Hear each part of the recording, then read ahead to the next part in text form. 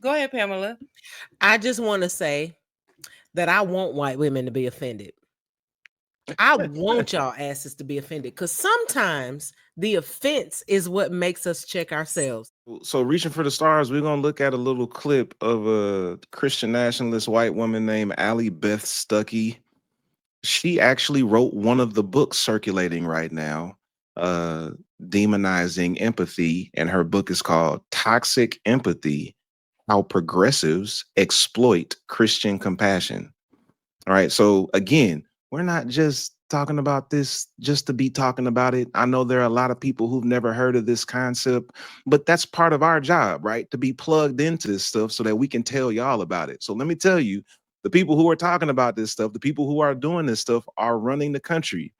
It's worth mentioning that one of the quotes floating around the internet right now comes directly from Elon Musk, saying that empathy is the demise of Western society. The fundamental weakness of Western civilization is empathy. The empathy exploit. They're exploiting a bug in Western civilization, which is the empathy response. So this is not some fringe conversation. This is happening in real time at the highest levels of power in this country. So here's Allie Beth Stuckey on some podcast talking about toxic empathy for reaching for the stars. And then we gonna break this down a little bit. All right, here we go. If we are so in someone's feelings that our empathy leads us to affirm sin, to tell them lies, or to support behavior, or in the case of politics, policies that are wrong and destructive, that's when empathy has become toxic. So our empathy for a pregnant woman who is struggling, who feels like she is alone and that she can't do it, if our empathy leads us to the conclusion that abortion is the best option for her, then we're not really being loving. We might be being empathetic, but our empathy has turned toxic because we are affirming sin and we are leading her down a path that is not only deadly for her baby, but spiritually and physically harmful for her. And so my book is not about killing all empathy. It's certainly not about killing compassion. It's not even about negating all of our feelings. It's about saying empathy has a place, but the Christian is called to truth and love. I spent some time in like white, charismatic, evangelical spaces, in my 20s and 30s. And I remember late 20s, early 30s. I remember that was one of the places where I really began deconstruction because the conversations that we were having, which is this conversation around toxic empathy, was really an attempt to justify dehumanization. Yes. It was never about, they always, I remember I talk about this all the time. I was a part of I really love prayer. Still do, but not the same way. So I used to go, I was telling Pamela, girl, I don't know why I can't get up in the morning on Saturdays. And I was like, it's probably because I used to be at fucking 6 a.m. prayer for about 5 years of my life on a Saturday, walking the church halls praying. Prayer service. And so in that group, I got involved with other young adults who were in these spaces, and I got invited to a Bound for Life rally.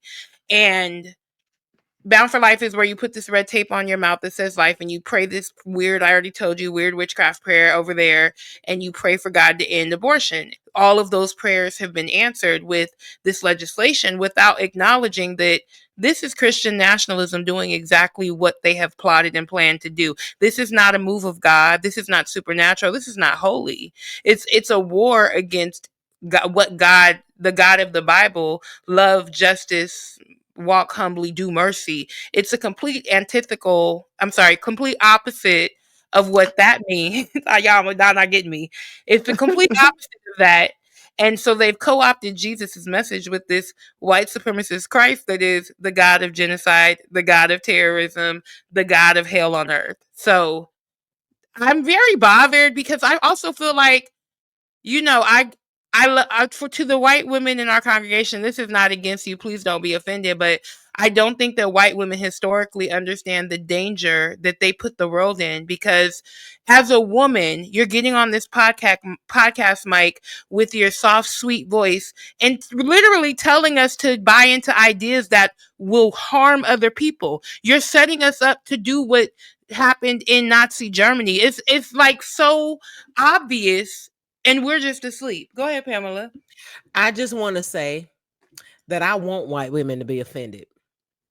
I want y'all asses to be offended, because sometimes the offense is what makes us check ourselves. And Yeah. I understand where you're coming from, friend, where you don't want anybody to feel bad. You don't want anybody to take on that burden. But sometimes we need to be offended. We need to be disturbed, because being disturbed is what will make us question ourselves. It will make us question what we believe. It will make us question what we follow. I need white women to be disturbed. For me, this whole toxic empathy, sin of empathy, I think about it as a theologian, all right? Somebody who has developed a theological framework for my own life. I didn't develop greatest commandment theology so that I could necessarily share it with everybody else. I started with just trying to come up with something that worked for me. And this idea that the greatest commandment is that we love God and how we love our neighbors and how we love ourselves. So as I begin to have conversations with people about my theological framework, the number one question that I got, which I referred to in my book, Breaking All the Rules, the number one question that I got is, well, what about sin? Because fundamentalist indoctrination is tethered to sin consciousness. You cannot fully embrace fundamentalism unless your view of the divine is tied to the idea of sin. So how can I avoid sin? Sin is the worst thing you could possibly do. The wages of sin is death. And the last thing I want is death. So the last thing I want to do is sin. So everything revolves around sin. And the problem that fundamentalists and Christian nationalists have with empathy is that if you actually show empathy to people who they have condemned as sinners, you're going to start to see, oh, this is a human being and they have real experiences and their feelings matter. And maybe we shouldn't be treating them like that. So when you hear them talk about the sin of empathy, because she just did it in that whole clip, she referred to sin multiple times. We can't have empathy because then we'll excuse their sin. We can't have empathy because we'll just jump into their feelings and excuse them from transgressing against the Lord, which is why we spend so much time here interrogating what we believe about sin. It's why we have developed a working definition of sin that is rooted in the greatest commandment. If the greatest commandment is to love, then sin is anything that contradicts love. And the first rule of love is to do no harm. So when we approach sin from the perspective of do no harm, it is a complete 180 from how fundamentalists taught us to understand sin. Because in the fundamentalist understanding of sin, harm is not a consideration at all. You can be miserable, you can be depressed, you can want to end your life. That's your problem. Let me Because tell you, if you wasn't sinning, this wouldn't be an issue. So we have to demonize empathy, because if we don't demonize empathy, you might realize the stuff that we've been telling you is a sin. We really been manipulating your ass. we reframe things. We take things that are happening realistically, and then we reframe them under the guise of whatever we believe about God. And so when you talk about the all of the things, the consequences that you go through and the things that happen to you, what Christians will do is they will say that's your consequence for going against God. Sin consciousness is at the root of all of this. And if you have not interrogated what you believe about sin, then this teaching could grab a hold of you, because the whole teaching is rooted in what they have defined as sin based on their doctrine. So you gotta interrogate what you were taught about sin to not get caught up in this. Because like, this shit don't bother me. I am fully all the way into the sin is harm category. Like, and I'm looking at harm. So like, even with the whole abortion conversation, which is the Christian nationalist wedge issue, and it has been for the past 50 years. Wedge meaning it polarizes the society. It breaks people in half. So either you're pro-life or you're pro-choice, right? And there's no way for you to have any nuance in that conversation because they created it that way. So then when they talk about abortion, they're tapping into your binary thinking that if you believe that a woman has a right to choose what she's going to do with her body, then you're going to hell with her. So then when they talk about it in the context of abortion, then they got you. Right. And for me, when it comes to abortion, my thought is always, damn, that's a really unfortunate position for anybody to be in, to have to make that decision. But that is their decision, what they're going to do, because whatever's going on inside of their body, the key words are their body. And it is a sin for me to mandate what they can do with their body. Because it don't have no impact on me what they do with their body. I might have my feelings about what they do with their body, but it doesn't change me from being able to live my life in the way that I see fit. But that is the major issue that they use to drive this point home of the sin of empathy. I was just going to add that it's really interesting that we don't care about what people do with their bodies until there's another possible body involved, or what we consider a body, or what your church or your theology considers a body. People starve. People's bodies starve, and we don't care. People's bodies don't have homes, and we don't care. People's bodies don't have adequate education, and we don't care. Yeah. People's bodies don't have access to resources for their families and their babies, and we don't care. Yeah. So my thing is always this selective morality that we have about what we're going to care about what matters. Everybody wants to care about the unborn and all of, what do you do? Because you caring about whether or not somebody chooses to terminate their pregnancy for whatever reason, whether they just don't want to have kids at this point, or it was a traumatic situation, whatever reason, you criticize that.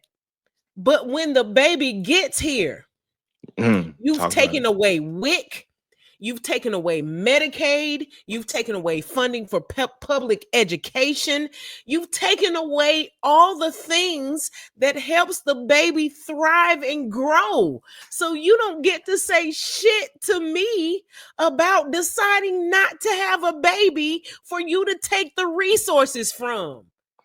You don't get to get, huh? If you have the power to decide to remove all the resources, I should have the power to decide whether I'm going to bring a baby into this neglectful ass society of yours. Hello? You tell us not to have an abortion, and then we place our babies up for adoption to go to better homes, and then you come in with the white savior complex and pretend that you saved our babies from a life of whatever. Like, no. Pamela I used to work at a private adoption agency, so I know how this shit go. And we have been we started an adoption process for ourselves prior to We the did. pandemic, and we were in like this adoption My training Lord, preliminary stuff with other people who were adopting, and there was this like really rigid Christian couple My that Lord. was asking some of the wildest questions, because you know they were talking about like, yeah, you know, allow the child to engage in what is culturally, you know, germane to them, and let them engage in spaces that are culturally appropriate. And these white folks said, so like, do we have to go with them? Or the struggle for me in terms of this toxic empathy trend is, especially for women, I'm concerned about women who fall into this mindset that somehow dehumanizing others is okay. And it goes back to that conversation we were having earlier about power adjacency and how you could align with something that is completely against your best interest because that's what you've been indoctrinated to believe. So no, you don't think you're gonna get harmed. I'm a good nigga. I'ma live. They gonna get them. They gonna get the ones in the field. I told Massa, but no, you're not. You're gonna get the same consequence and execution as that other person. And the dehumanization aspect is such a big deal to me because it's writing on the wall for what we will say to justify harming someone else.